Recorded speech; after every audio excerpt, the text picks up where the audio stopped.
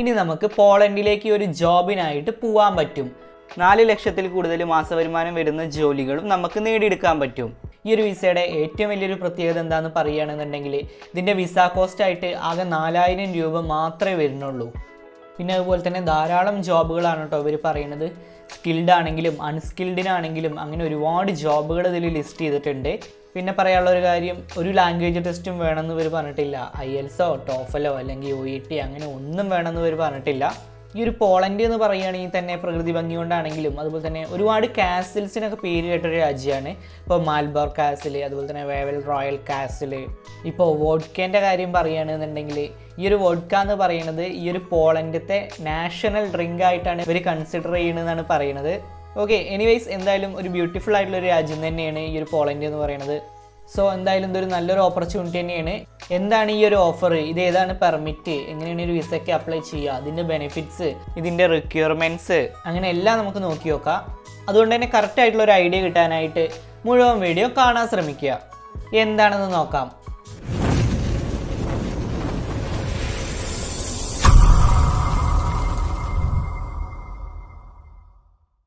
Hi every one, it's me Shyam and this is wayfarer insights. നമുക്കെല്ലാവർക്കും അറിയാം ഈ ഒരു പോളണ്ട് എന്ന് പറയുന്നത് ഒരു യൂറോപ്യൻ രാജ്യമാണ്. വാർസയാണ് ഇതിൻ്റെ തലസ്ഥാനമായിട്ട് വരുന്നത്. ജർമ്മനി, ഉക്രൈന്, അതുപോലെ തന്നെ Belarus, check republic, Slovakia, Lithuania ഇതിൻ്റെ നടുക്ക് സ്ഥിതി ചെയ്യുന്ന ഒരു രാജ്യമാണ് ഈ ഒരു പോളണ്ട് എന്ന് പറയുന്നത്. അതുപോലെ തന്നെ പോളിഷാണ് പോളണ്ടിലത്തെ നാഷണൽ ലാംഗ്വേജ് എന്ന് പറയുന്നത്. കൂടുതൽ ഡീറ്റെയിൽസ് എന്തൊക്കെയാണ് നോക്കി നോക്കാം. ഈ ഒരു പോളണ്ട് എന്ന് പറയുന്നത് 2023 22 കണക്കനുസരിച്ചിട്ട് highest number of work visas allow ചെയ്ത ഒരു രാജ്യമാണെന്നാണ് പറയുന്നത്. ഒരുപാട് നോൺ EU സിറ്റിസൺസിന് കേട്ടോ. ഇപ്പോൾ നമ്മളൊക്കെ ഒരു നോൺ EU സിറ്റിസൺ ആയതുകൊണ്ട് നമുക്കൊക്കെ അപ്ലൈ ചെയ്യാൻ പറ്റും. അങ്ങനെ നമുക്ക് അപ്ലൈ ചെയ്യാൻ പറ്റും. പോളിഷ് നാഷണൽ വിസ, അതായത് ലോങ് ടേം D വിസയിലാണ് കേട്ടോ നമ്മൾ ചെയ്യുക. ഇവർ പറയുന്നുണ്ട് there are different types of work permits issued by voivodeship office in Poland at the request of the employer. So ഈ ഒരു വോയ്വോഡോഷിപ്പ് ഓഫീസാണ് ഈ ഒരു എംപ്ലോയറിൻ്റെ പെർമിഷനോട് കൂടിയിട്ട് വർക്ക് പെർമിറ്റ്സ് ഒക്കെ ഇഷ്യൂ ചെയ്യണത്. According to statics Poland 5,04,172 work permits ആണ് കേട്ടോ ഇപ്പോൾ ഫോറിനേഴ്സിന് വേണ്ടിയിട്ട് ഇവർ ഇഷ്യൂ ചെയ്തിട്ടുള്ളത്. ഈ ഒരു ഫോറിനേഴ്സിനൊക്കെ സംബന്ധിച്ചിടത്തോളം ജോബ് സീക്കിങ്ങിന് വേണ്ടിയിട്ട് ഏറ്റവും കൂടുതൽ ആളുകൾ ചൂസ് ചെയ്യുന്ന ഒരു ഡെസ്റ്റിനേഷനാണ് ഈ ഒരു പോളണ്ട് എന്ന് പറയുന്നത്. A work permits allow you to work in Poland. അതുപോലെ തന്നെ a long stay work visa allow you to travel to Poland. Okay, നമുക്ക് types of Poland work permits ഏതൊക്കെ നോക്കി നോക്കാം.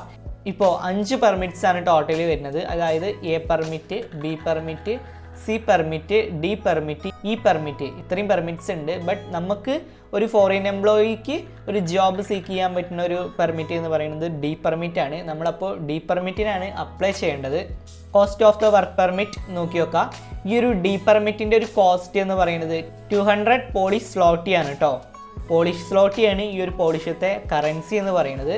ഓക്കെ, ഇനി ഒരു ഡി പെർമിറ്റിൻ്റെ ഒരു പ്രത്യേകത എന്താണെന്ന് നോക്കി നോക്കാം.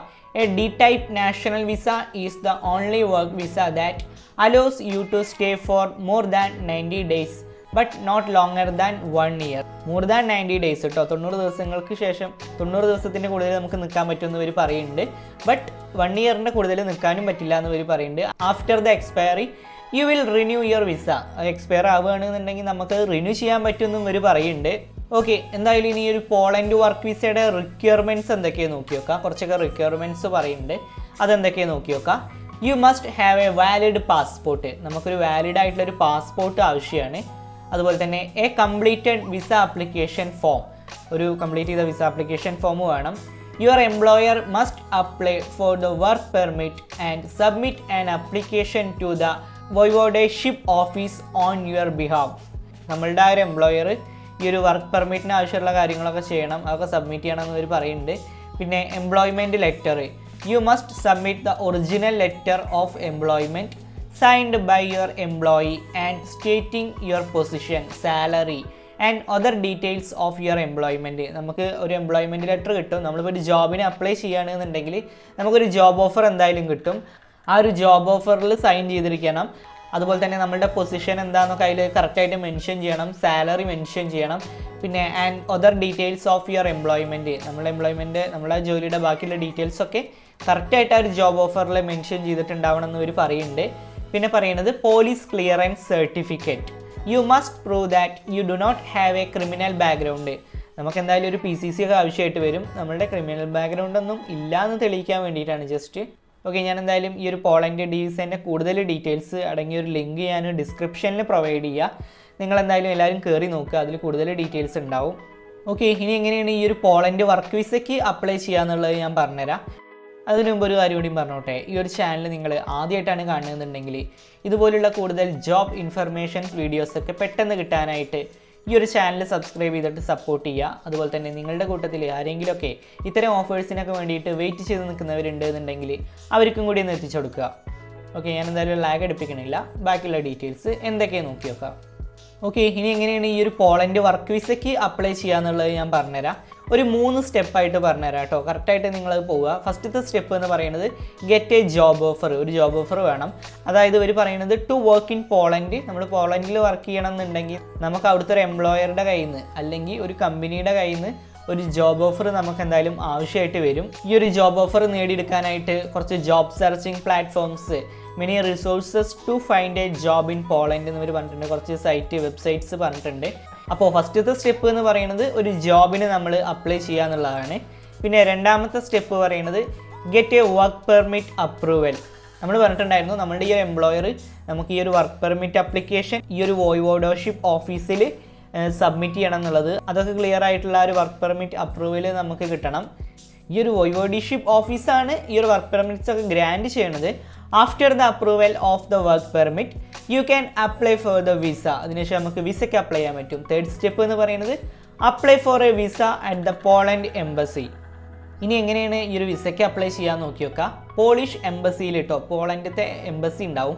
ഇപ്പോൾ ഇന്ത്യയിൽ പോളണ്ടിലത്തെ എംബസികളുണ്ട്. ഡൽഹിയിലാണ് എംബസികളൊക്കെ ഉണ്ടാവല്. പോളണ്ട് ഡിവിസയ്ക്കാണ് കേട്ടോ അപ്ലൈ ചെയ്യേണ്ടത്. ഇവർ പറഞ്ഞിട്ടുണ്ട് you must make an appointment first through ഈ കൺസുലേറ്റ് വഴി നമ്മൾ ഫസ്റ്റ് ഒരു അപ്പോയിൻമെൻറ്റ് നമ്മൾ എടുക്കണം. If you are applying four A work visa. ഞാൻ എന്തായാലും ഈ ഒരു കൺസുലേറ്റിൻ്റെ വെബ്സൈറ്റ് താഴെ പ്രൊവൈഡ് ചെയ്യുക. നിങ്ങൾ വിസയ്ക്ക് അപ്ലൈ ചെയ്യുകയാണെന്നുണ്ടെങ്കിൽ ആദ്യം ഒരു അപ്പോയിൻമെൻറ്റ് എന്തായാലും എടുക്കണം. സോ വെബ്സൈറ്റ് ഞാൻ താഴെ കൊടുക്കുന്നുണ്ട്. നിങ്ങളത് സബ്മിറ്റ് ചെയ്യുമ്പോൾ നമ്മളുടെ അതിൽ കൺട്രി സെലക്ട് ചെയ്യേണ്ടി വരും. നമ്മളതിൽ കൺട്രി സെലക്ട് ചെയ്യുക, മേക്ക് ആൻ അപ്പോയിൻമെൻറ്റ് എന്നുള്ളതിൽ പോവുക. പിന്നെ നമ്മളുടെ ഡോക്യുമെൻറ്റ്സ് ഒക്കെ അതിൽ കറക്റ്റായിട്ട് പറഞ്ഞ പോലെ തന്നെ റെഡിയാക്കുക. പിന്നെ you will pay the visa application fee പിന്നെ നമ്മൾ പേ ചെയ്യേണ്ടി വരും. പിന്നെ ജസ്റ്റ് നമ്മളുടെ ആ ഒരു വിസ ഡിസിഷന് വേണ്ടിയിട്ട് ജസ്റ്റ് ഒന്ന് വെയിറ്റ് ചെയ്യുക. ഓക്കെ, അങ്ങനെ ആ ഒരു വിസ അപ്രൂവൽ ആവുകയാണെന്നുണ്ടെങ്കിൽ പിന്നെ നമുക്ക് പോളണ്ടിലേക്ക് പോകാനും അവിടെ വർക്ക് ചെയ്യാനൊക്കെ പറ്റും. Enter Poland and start working. പിന്നെ ഈ ഒരു വിസ വാലിഡിറ്റി നമ്മൾ ഓൾറെഡി പറഞ്ഞിട്ടുണ്ടായിരുന്നു. ഈ ഒരു ലോങ് സ്റ്റേ വിസയുടെ വാലിഡിറ്റി 1 ഇയർ ആണ് വരുന്നത്. ഇത് നമുക്ക് റിന്യൂ ചെയ്യാനും അതിനുശേഷം റിന്യൂ ചെയ്യാനും പറ്റുന്നവർ പറയുന്നുണ്ട്. ഓക്കെ, അപ്പോൾ ഇങ്ങനെയാണ് ഈ ഒരു പോളണ്ടിലേക്കുള്ള ഈ ഒരു ജോബ് ഓഫറിന്, അതായത് ഈ ഒരു ലോങ് സ്റ്റേ വിസ വഴി ജോബുകൾക്ക് അവിടേക്ക് അപ്ലൈ ചെയ്യാനും അവിടെ എത്തിച്ചേരാനൊക്കെ പറ്റുന്നത്. ഇപ്പോൾ പോളണ്ടിലേക്ക് എത്തിപ്പെടണം അല്ലെങ്കിൽ ഏതെങ്കിലുമൊക്കെ ഒരു EU കൺട്രീസിലേക്കൊക്കെ എത്തിപ്പെടണം എന്ന് ആഗ്രഹിക്കുന്നവരാണെന്നുണ്ടെങ്കിൽ ഇതുവഴി നോക്കുക. കാരണം ഒരുപാട് ജോബ്സ് ഇവർ ലിസ്റ്റ് ചെയ്തിട്ടുണ്ട്. അൺസ്കിൽഡ് ആണെങ്കിലും സ്കിൽഡ് ആണെങ്കിലും പറഞ്ഞിട്ടുണ്ട്. കുഴപ്പമില്ലാത്ത സാലറിയും പറഞ്ഞിട്ടുണ്ട്. ആവശ്യമുള്ള ആളുകളൊക്കെ ട്രൈ ചെയ്യുക. ഇതുപോലുള്ള കൂടുതൽ ജോബ് ഇൻഫർമേഷൻസ് പെട്ടെന്ന് കിട്ടാനായിട്ട് ഈ ഒരു ചാനൽ സബ്സ്ക്രൈബ് ചെയ്തിട്ട് സപ്പോർട്ട് ചെയ്യുക. ഞാൻ എൻ്റെ സെക്കൻഡ് ചാനലിൻ്റെ ലിങ്കും ഡിസ്ക്രിപ്ഷനിൽ കൊടുത്തിട്ടുണ്ട്. ദയവായിട്ട് അതും കൂടി ഒന്ന് സബ്സ്ക്രൈബ് ചെയ്തിട്ട് സപ്പോർട്ട് ചെയ്യുക. നിങ്ങൾക്ക് എന്തെങ്കിലും ഡൗട്ട്സ് ഒക്കെ ഉണ്ടെന്നുണ്ടെങ്കിൽ നിങ്ങൾ മാക്സിമം കമൻസിൽ തന്നെ ചോദിക്കാൻ നോക്കുക. എന്തായാലും ഇനി അടുത്തൊരു ഇൻഫർമേഷനായിട്ട് അടുത്തൊരു വീഡിയോയിൽ കാണാം. And finally it's me Shyam. This is Wayfarer Insights and this channel won't disappoint you. And thanks for watching.